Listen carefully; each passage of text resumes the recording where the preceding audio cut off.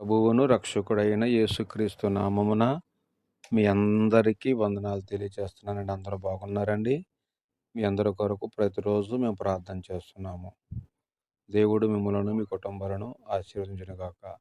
ఈరోజు దేవుని వాక్యాన్ని మనం ధ్యానిద్దాము. నాతో కలిసి మీరు బైబిల్ తెరవండి. హెబ్రీయులకు రాసిన పత్రిక 1వ అధ్యాయము 9వ వచనం మనం చదువుదాము. నీవు నీతిని ప్రేమించితివి, దుర్నీతిని ద్వేషించితివి. అందుచేత దేవుడు నీతోటి వారి కంటే నిన్ను హెచ్చించినట్లుగా ఆనంద తైలముతో అభిషేకించెను. ఈ కొద్ది వాక్యము దేవుడు ఆశీర్వదించునుగాక. ఆమేన్. ప్రభునందు ప్రియమైన వారలారా, మనము ఈ లోకపు ఆశలను, దుర్నీతిని మనం ద్వేషిస్తే, నీతి కలిగి ఉండి దేవుని ప్రేమిస్తే దేవుడు బహుగా మనల్ని ఇచ్చేస్తూ ఉంటాడు. కనుక దుర్నీతి చేత ఏం సంపాదించుకున్న వ్యర్థము గాని, దేవుని ప్రేమ చేత సంపాదించుకున్నది శాశ్వతము.